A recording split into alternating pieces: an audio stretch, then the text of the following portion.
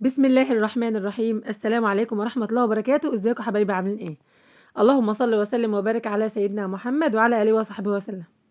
لفت الايام بسرعة وسبحان الله جالنا تاني اجمل شهر في السنة اللي احنا بننتظره طول السنة. جالنا الشهر الفضيل، جالنا شهر رمضان الكريم. حبيت كده اصور معاكم النهارده اجواء رمضان كده في اول يوم عندنا، والاكل اللي احنا عملناه فطرنا، والزينة اللي انا زينتها في البيت، ونشوف عملنا ايه مع بعض. طبعا يا جماعة من مظاهر الاحتفال بشهر رمضان ان احنا نزين البيت ونحضر ونبتهج ونفرح. ودي من السنة ان احنا نقابل الشهر الفضيل ده يعني كده بالفرحة والبهجة. مهما كانت ظروفنا لازم نفرح ونستعد. كفاية الصلاة القيام الجميلة اللي احنا بنروح نصليها، والذكر طول الليل وقراءة القرآن.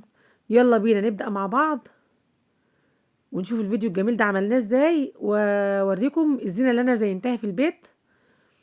والله برغم يعني زعل ان القناة الاعلانات اتشالت من عليها وكده، بس برضو بعافر وبصور وبحاول انسى اللي حصل، وبوقفكم جنبي كده ان شاء الله وبدعائكم ليا.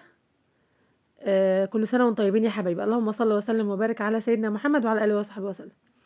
طبعا زينت البيت على قد ما قدرت اهو بحاجة بسيطة كده. ده الفانوس ده كان عندي من السنة اللي فاتت، والشمع ده اللي انا شارياه، والفوانيس الصغيره دي اللي انا عاملاها بورق الفوم الفيديو اللي فات. والفرع ده انا اللي عاملاه على المكنه، بجيب ورق الخياميه واقصه مثلثات كده و... واعمله بالشكل الجميل اللي انتوا شايفينه ده. لازم برضو نحسس البيت بالبهجه كده والفرحه، ونستقبل كده الشهر الكريم الشهر الفضيل. والمفرش ده برضو انا كنت عاملاه له فيديو برضو من السنه اللي فاتت، وده الفانوس الجميل اللي انا عاملاه. نعمل اي ديكور واي تغيير في البيت كده يحسسنا بالبهجه. يلا بينا نبدا مع بعض ونشوف عملنا الفراخ الجميله بتاعتنا ازاي. اول حاجه دي فرخه عندنا متبله، تتبليها باي طريقه انت عايزاها. انا عامله لها طماطم وبصل وبهارات وشويه خل وتبلتها فيه ومقطعتها 8 قطع الفرخه. وبصلتين متقطعين شرايح وقرنين شطه او فلفل وثلاث طماطمات متقطعين. هعملها بطريقه جميله خالص خالص وسهله، ما تحتاجش فرن ولا تحتاج سليق ولا تحتاج حاجه. هديها كده صدمه على النار في طاسه فيها شويه زيت او حله كبيره فيها نقطه زيت صغيره. لو مش عايز تعمليها في الطاسه اعمليها في حله، هتديكي يعني نفس وطعم الفراخ المشوية بالظبط بس فوق على البوتاجاز. هنزل بقى بالفراخ بتاعتي الجميلة دي.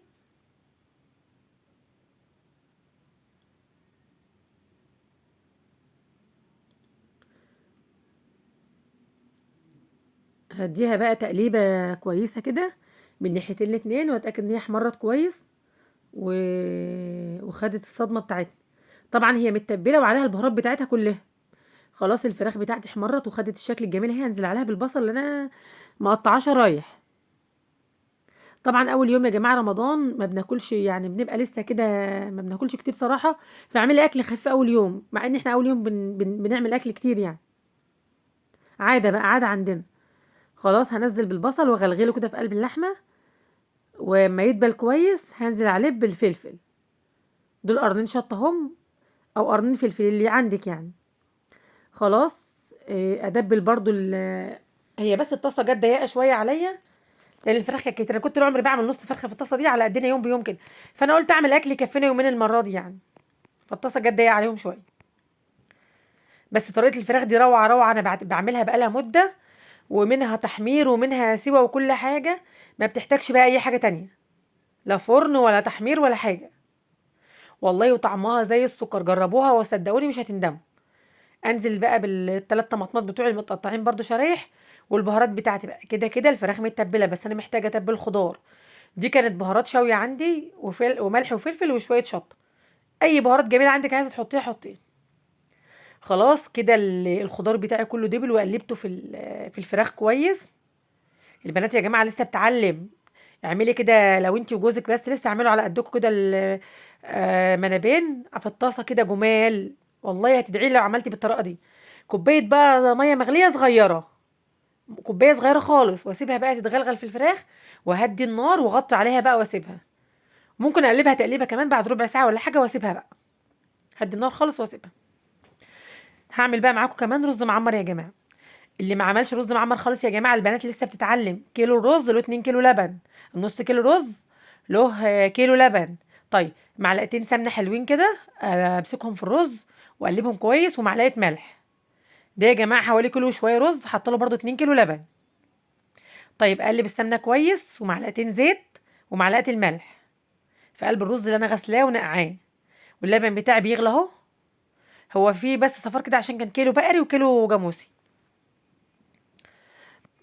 طيب يستحسن اغلي اللبن عشان الرز بتاعي يستوي بسرعة في الفرن.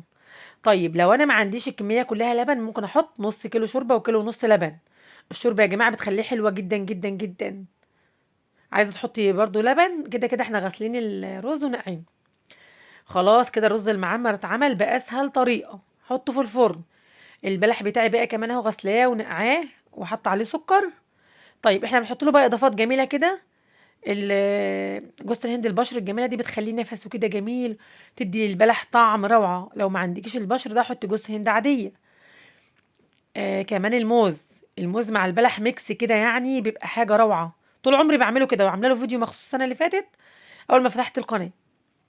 طيب في كمان تركة كده بتخلي يا جماعة البلح ده طعمه حلو، أنا برضو باعملها من زمان. سنة فانيليا أو سنة ماء ورد، يعني معلقة ماء ورد، أو يعني رشة كده من باكيتة الفانيليا، مش كلها رشة. تخلي طعمه جميل أكنك بتاكلي حاجة حلوة، حلويات كده. مع الموز مع جوز الهند. اي مكسرات تانية حطيها، عايزه تحطي سوداني حطي، عايزه تحطي اي مكسرات عندك حطيها. بس هو كده البلح بيبقى روعه، الواحد بياكل كوبايه البلح مش قادر ياكل حاجه تاني. دي كوبايه تانية كنت عاملاها من غير سكر عشان زوجي عنده السكر، فما بعمل له بلح بس من غير سكر. وحطيت له برضو عليه موز وجوز الهند وكل حاجه.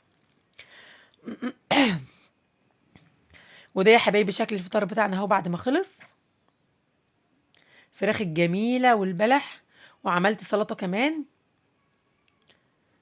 السلطه مهمه جدا برضو في رمضان. ويا ريت يا جماعه ما ناكلش كتير على الفطار، ممكن نجوع بعد شويه ناكل تاني. وكل سنه وانتم طيبين. ولو انتم معايا لحد هنا ما تنسوش بقى تعملوا لايك واشتراك في القناه، وتدعوا لي كده ان الاعلانات ترجع على القناه تاني. احسنها يعني، مش عايزه اقول لكم.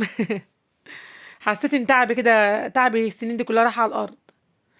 يلا استودعكم الله يا حبايبي، واتمنى الفيديو يكون عجبكم، ورمضان مبارك عليكم. رمضان كريم. استمتعوا يا جماعة كده بشهر رمضان، افرحوا وربنا يكرمكم يا رب. وده شكل الفطار اهو، بعد ما كان عندي كوسة برضو حطيتها اللي يحب ياكل منها، والرز المعمر كان طعمه تحفة تحفة تحفة، والسلطة والفراخ بتاعتي والبلح. كل سنة وانتم طيبين يا حبايبي. استودعكم الله الذي لا تضيع ودائعه. السلام عليكم ورحمة الله وبركاته.